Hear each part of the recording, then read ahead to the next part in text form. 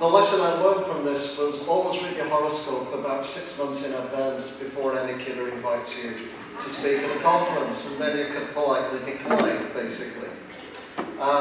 So, the future.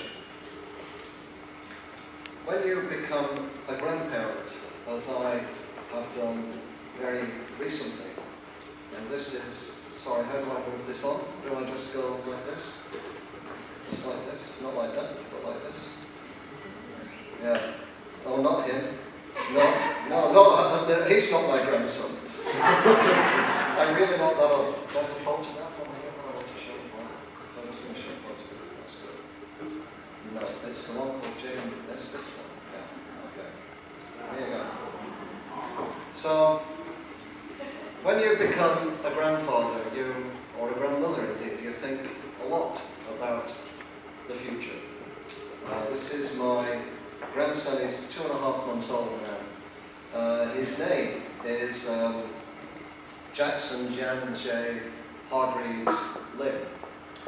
This is his father, Jay, who was an architect in Ottawa. So if you need a house designing in Ottawa, here's the guy who can do it for you. If my son eventually becomes an honest man and marries his partner and they have children, then my wife and I will have immigrated to Canada in 1987 as British and become British Canadians. Our children will have been British Canadians, and our grandchildren, should we have more across both of them, will be. This is, I want to make sure I get everybody here, but they will be not necessarily in this order. They will be British, Chinese, Malaysian, Singaporean, Taiwanese, Greek, Canadian. And that's the great thing about Canada at its best. The north of this border, I currently live to the south of it. We see ourselves as a mosaic. Paul Martin has discussed this in the past in Washington. To the south, it's seen more as a melting pot, where everybody blends into one culture and in some general sense becomes American. Here we see ourselves at our best as Canadian, and as half Canadian, sometimes as a compromise, but it would be, I think, as we heard earlier on, the better part of us to think of it not as a compromise, but like bilingualism for people who speak great 2 languages, or multilingualism, many languages. It's an addition, not a subtraction or a compromise. And how we bring these things together is a wonderful challenge. And when you're a grandparent, you think about the things that all of us should think about always, not just waiting for a moment which hits us in our 50s or our 60s. I've been doing some work in the last year and a half with the Aga Khan Foundation. I just did a video conference for their conference in Karachi. I couldn't be there last week, but I've been doing other work with them as well. They choose to base themselves, much of their work, their office is in Canada because of its particularly inclusive nature. And the Aga Khan has set up a set of academies in some of the most difficult, divided and dangerous places in the world, with the belief that by educating local citizens with great leadership potential, there will be a generational change. And the people responsible for this project know that this change will have occurred in full when they are no longer themselves alive. They are committing themselves to something that will happen after they have passed away. And that is the terrific thing about sustainability and the ways we think about the future. What will happen to the people, whether they're our grandchildren or other people's grandchildren, once it is that we have gone and we have passed away. When we think about the future, and how do I get onto the other, back to the other PowerPoint now? When we think, because this isn't mine, so I don't know how to operate it. When we think about the future, there's broadly two ways to think about it. There are the heroic people. We heard about Marshall McLuhan. Much of what he said, by the way, has actually come through. He was years ahead of his time. We've heard about Marshall McLuhan, though some of the futurists in this area are frankly just plain daft. They like to use words like exponential a lot. So, you know, if we keep breathing faster at the same exponential rate, we'll all be dead in 5 minutes.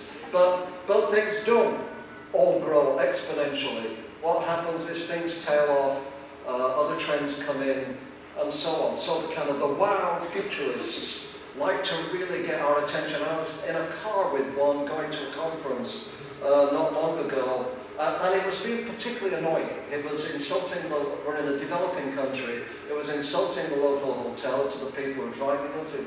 It was making insulting remarks about the city we were in, and it was really getting up my nose. So I decided I'd have a bit of a go at it, basically. And so I said, so you're a futurist. What were you doing before you were a futurist? What led you to be a futurist? He said, oh, I was in the media business. I was in the new music, thinking about different ways of packaging music and so on. So I said, well, what made you leave that? And he said, well, my business went bankrupt. So I said, well, couldn't you see it coming?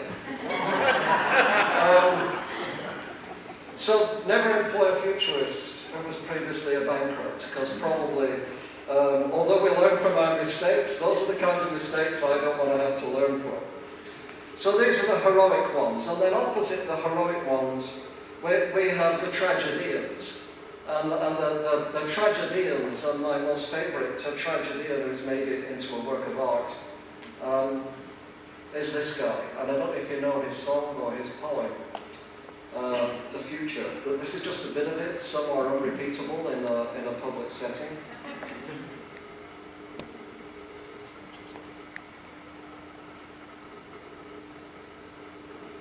The point he's making there is, it doesn't really want the ball back, but the past doesn't look so bad, however awful it is, given what's facing us in the future.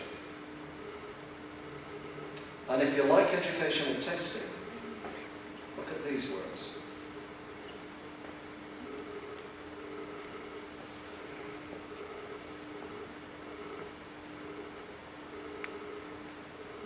Things are going to slide. I just can't get that low. Nobody can get that low.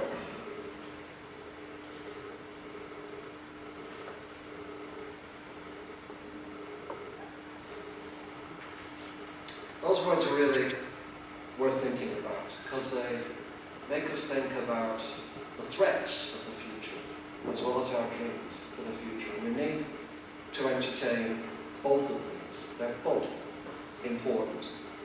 I've lived in 3 countries. I work in different parts of the world. And just as importantly, I spend a lot of time collecting data. So with Charles Ungerleider and 1 or 2 other people here, in the last few years I've done one of the few independent studies on some scale of what the impact of Ontario's reforms have actually been within the schools, and some of this you can read in this new book called The Global Fourth Way, which has been out about 3 weeks. So when you're in schools a lot looking at stuff, we were in 10 school districts, you spent several days in each of them, you see stuff bubbling up from underneath before it gets to everyone's attention. And when you're in other countries, you see stuff a bit like what we're starting to have to deal with now. So I'm not a general, I'm not a commander, I'm not anything really. What I am at best is a sort of scout. I'm a scout, and you know, when the army's not ready to go, you send the scout out to find out who's coming, and are they friends, and are they enemies. And if the scout gets shot, nobody really cares. You know, the army's still fine. So it's a good role for other people to employ people in. And what do you see? What does a scout see? These are some of the issues. Just 4 that we're having to deal with. We've heard quite a few about them this morning. Imagine in about 3 or 4 years from now that the Ontario manufacturing bases continue not to turn around, that the economy that is so closely tied to ours south of the border remains weak. rather than strong. The last recessions lasted, the big one from 76 to the late 80s in Europe, many parts of the world. We're looking at a 15-year recession, not just a few years, but a 15-year recession. Imagine that the Chinese economy continues to flatten, doesn't really grow. Imagine, therefore, that the price of energy and raw materials falls rather than rises. Imagine that tar sands become a problem rather than an opportunity, because they're now too costly and expensive to extract. That the natural resources of British Columbia are no longer in such worldwide demand, that even Newfoundland has to go back to catching fish rather than producing oil over time. Imagine all these things. Imagine then that when all the provinces are suffering, not just one or two, that the price of the dollar begins to fall. Imagine the austerity that will hit the public sector as a result. Imagine the way that people will then blame not the bankers or the speculators or the investors, but they will blame the teachers, the schools, the public servants, the public sector, as they are doing in just about every other English-speaking part of the world, except this one right now, and railing against them as the people who consume everybody's money with their fabulous pensions, and unending tenure and enviable security. Imagine if this is where we are in 3 or 4 years, but we're Canadians, hey, we can never let it happen to us. Or think about the questions of identity. I really won't spend long on this because we've heard much about these this morning, but when the world closes in and resources get scarce, the animals begin to look at each other in a different way. Inequity increases rather than decreases. Xenophobia increases rather than decreases. Attitudes to immigrants become less rather than more favourable. And then there's technology. Technology is seen by many as an opportunity, and it is. We've been studying the special education strategy of Ontario, which is a magnificent strategy, essential for some, good for all. What's essential for students with special educational needs is good for all students. We've seen magnificent things with new technologies used by special education students with all kinds of disabilities. I was once a complete Luddite. In many ways, I'm a convert to the power of technology, where it can really do powerful good, assisted by teachers who know how to use it well with their students. A text that converts to sound. Programs that suggest the next words that you can use if you've got cognitive processing difficulties. Like Kidspiration, so that you can present your writing not in long and ending dreary paragraphs, but in different multiple forms across the page. These things have made powerful differences to students with learning disabilities, who are showing, although we hate it, who are showing increasing steady improvements and increments on standardized achievement tests as a result of the ways they are now able to demonstrate their learning that they were not able to demonstrate it before. Technology has power for these children, and it should have for many children within their classrooms. But what we find is that students with disabilities who access these technologies at about grade 8, if they go into a classroom where the teachers are also using technology effortlessly as part of their instruction, not obsessively, but effortlessly in and out, then the kids just slot in. They're just another kid with a device in the classroom. But if the teacher, whose class they go back into once they've been trained with the technology, doesn't actually know how to use new technologies in their class, they stick out like a sore thumb. They're stigmatized, they're marginalized, and they immediately put aside the very things that will help them. Because what should be essential for some should be good for all. It is about inclusion, and it is about technology at the same time. In the hands of a good teacher, technology is a very powerful tool to use with our students. In the hands of poor teachers, or no teachers, mark this: technology is not only an expensive gimmick, but is a time bomb waiting to happen. Why do I mention this? Because I go to conferences, innovation conferences, business conferences. Many of your superintendents go, and directors go to conferences funded by companies like Pearson, Cisco Systems. They're flown together to meetings in the Global Educational Leadership Program. Many of my famous colleagues, well-known colleagues, go to these conferences and speak at these conferences, where the superintendents have a funded opportunity to meet and talk and discuss ideas funded by large corporations connected with each other, and to sample the products that come through the corporations.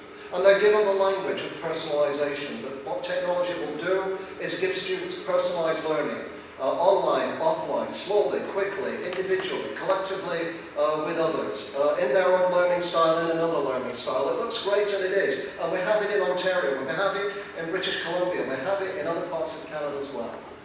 We have all these things. What it mainly does is give kids access to conventional and narrow learning through more flexible forms of technological design, increasingly without the teacher. Last week in Brazil, I debated with the Khan Academy for Learning. We're a huge outfit in the United States, and even will probably know them. They do maths and science with online snack videos of about 8 minutes that you can access off the web. Their instruction is rather dull, actually, in these videos. They deal with low-end rather than high-end cognitive skills. But you can access them without a teacher because they're taught by some of the most famous professors in the discipline in the world. And the argument is, of course, you need a teacher, but perhaps not quite so good a teacher. And if you can't get a teacher, you can do it without a teacher, because there's all this online instruction available.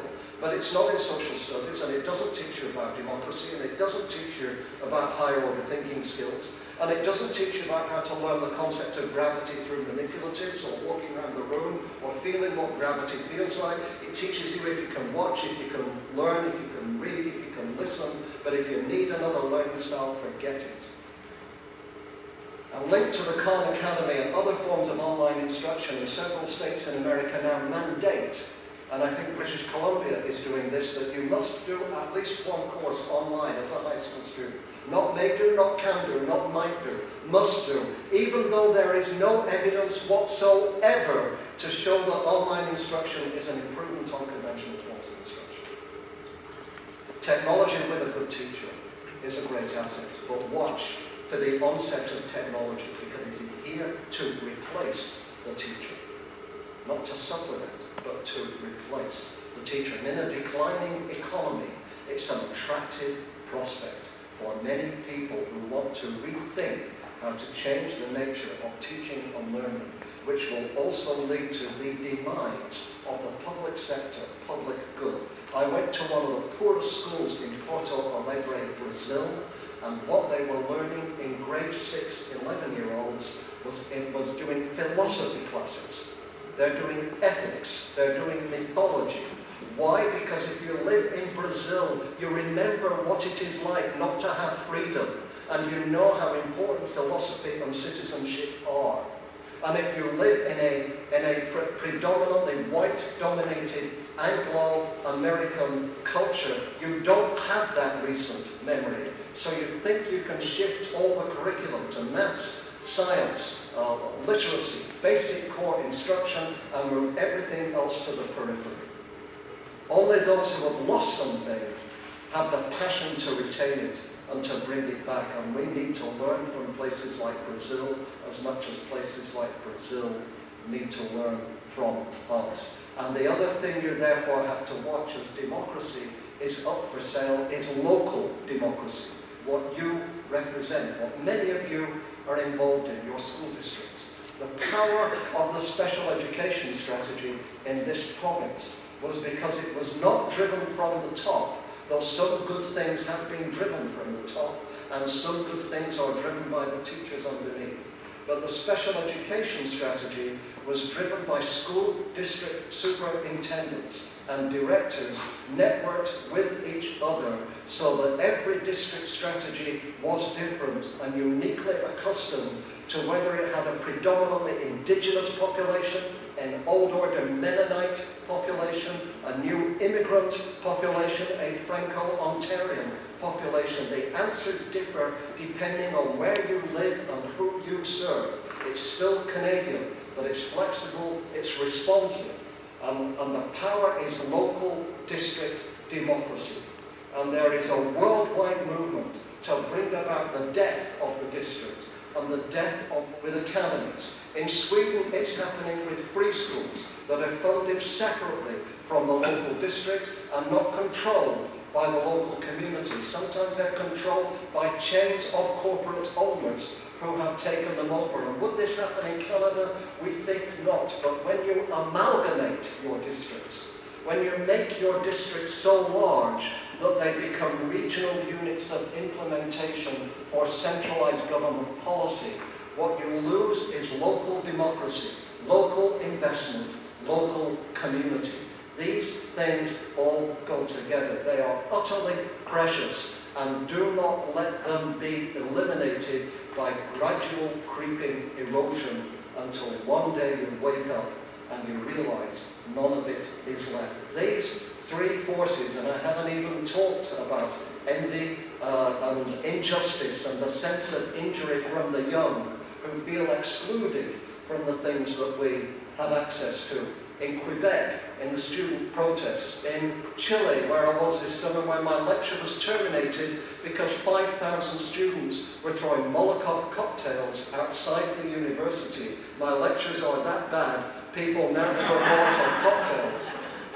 Because school students in Chile, up to 40,000 of them, are protesting against the inequities between a private, increasingly privatized, and a public system, and the growing gaps that occur because of that.